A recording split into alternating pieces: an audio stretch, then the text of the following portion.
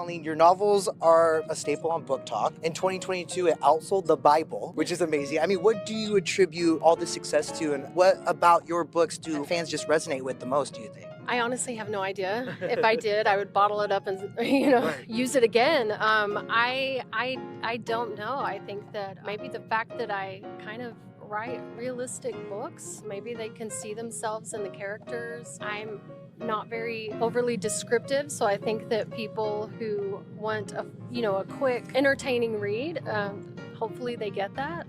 And sometimes they can be really emotional. Well, that is interesting because today, November 20th, 2025, Colleen Hoover is singing a different tune. This is from May of 2024. But today, Colleen Hoover is saying she is embarrassed when people even find out she wrote the dang on book. Let's get into it. Let me catch you up and let me clock Colleen's tea because I've been waiting for this day. Can you tell I'm hyped for this? Let's get into it. F around and find out. Hello there, beautiful people, and welcome back to another episode of F Around and Find Out. I'm your host, Elsie. I appreciate you for being here. You guys, I don't know if I should laugh or cry or just, I don't know what to do. Before we get into the Colleen Hoover of things, because it's absolutely hilarious to me and like absolutely annoying, let's get into this first because I wanted to show you guys, this is a poster / banner they're going to make. This is not the actual well, right? This is like a banner they made that is going to go around. They're going to put it like at the area where the well is, the one we're fixing and the one we're going to build.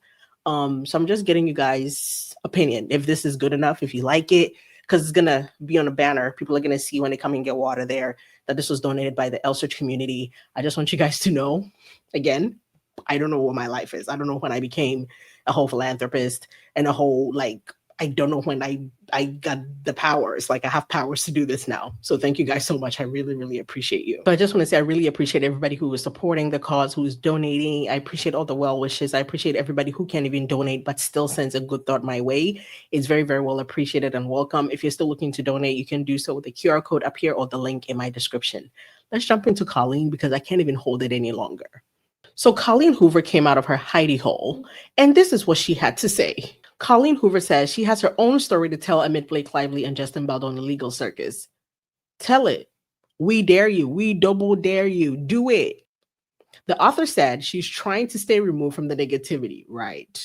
Adding, I have my own story I could tell, but I don't want to bring attention to it. Bring it. Bring it. We want you to do it.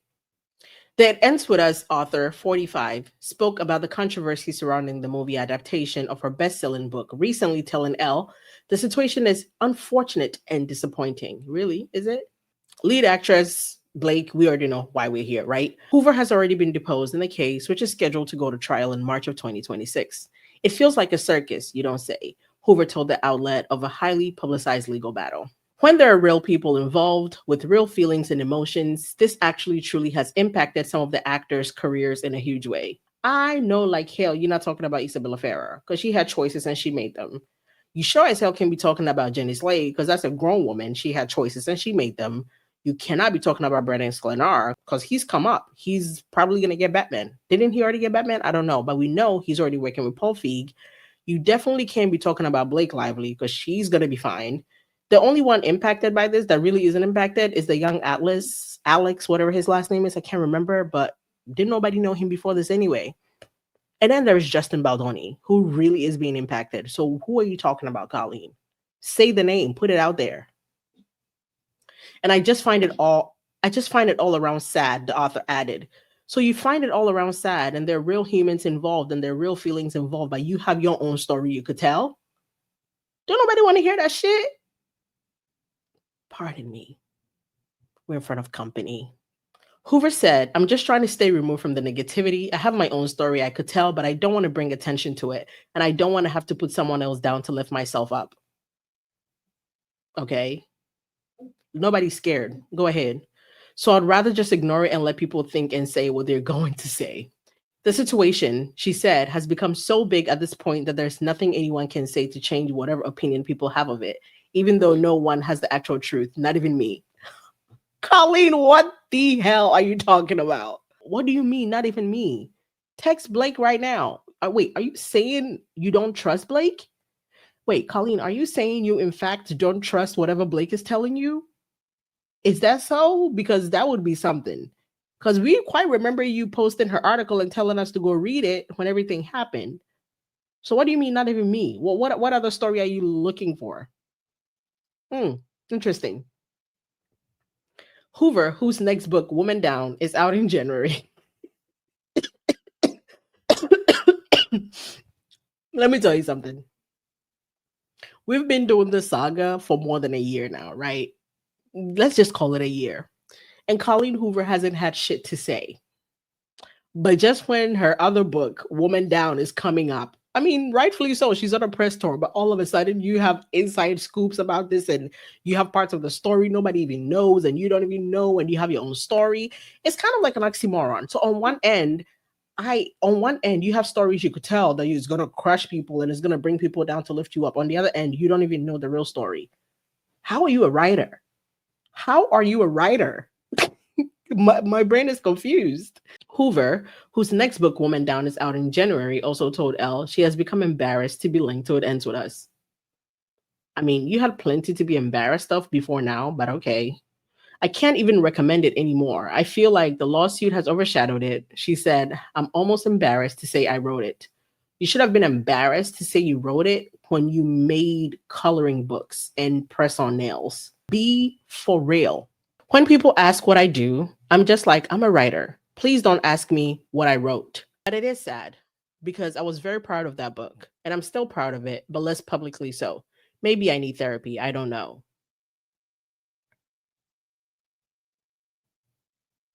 Yes to the therapy, but next time write a real book with, real events in it. I'll explain. Give me a minute. When Lively's allegation came to light in December of 2024, Hoover showed support for the actress, writing on Instagram that Lively had been nothing but honest, kind, supportive, and patient since the day we met. Thank you for being exactly the human that you are. Never change, never wilt.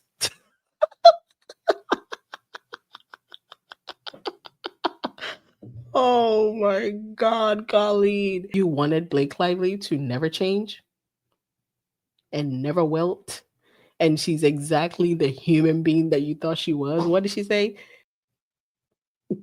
I just know when somebody's pulling my legs. You want to know just how unserious Colleen Hoover really is? I'm gonna play you an interview she did in 2017, right? Just before the book became what it became, and what she said about the book. And then I'm gonna play you another one from 2022 after the book became what it became. And let's just compare and see if there are any discrepancies. This was inspired by true characters, but it was completely fiction.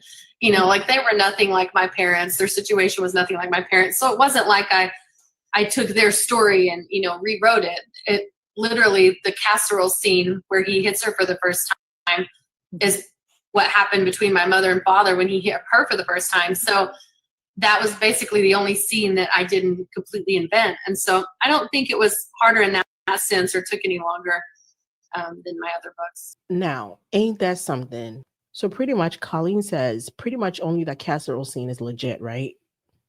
Okay, this is in 2017 she says this. And then I found this interview she did in 2022. And let's listen to Colleen herself. Let's go to the next question from Mary Rialt. She says or asks, was it difficult to write It Ends With Us? And then she adds, because it was very close to my experiences. It was very sad at times to read it, although I wanted to read it. Was it kind of a catharsis for you? Absolutely. If you read the author's note at the end, you'll see just how difficult it was for me simply because, a lot of it was my mother and father's story. Of course, I, invented Lily and Ryan. I'm sorry, did she say a lot of it? Just for reference. A lot of it was my mother and father's story. Of course, I, invented Lily and Ryle as characters, but like the first time Lily is abused in the kitchen is exactly what happened between my mother and father. And so I think that just kind of putting myself in my mother's shoes and seeing the struggle she went through and having to, leave my father when I was 2 years old and she had 2 daughters she had to support. And yeah, I mean, it was just very cathartic in the sense that I understood my mother more and her decisions and very cathartic for her as well. She I didn't know this until I wrote the book, but she always questioned her decision, and she always wondered if she did wrong by her daughters by leaving him. And I don't think she really got that closure until she was able to read the book from her daughter's perspective. So just so we all caught up in class, in 2017, she references the casserole scene, which I'm going to go ahead and give her that because it's the only thing she references here. But back in 2017, she actually says barely any part of the book is even real, like mostly fiction.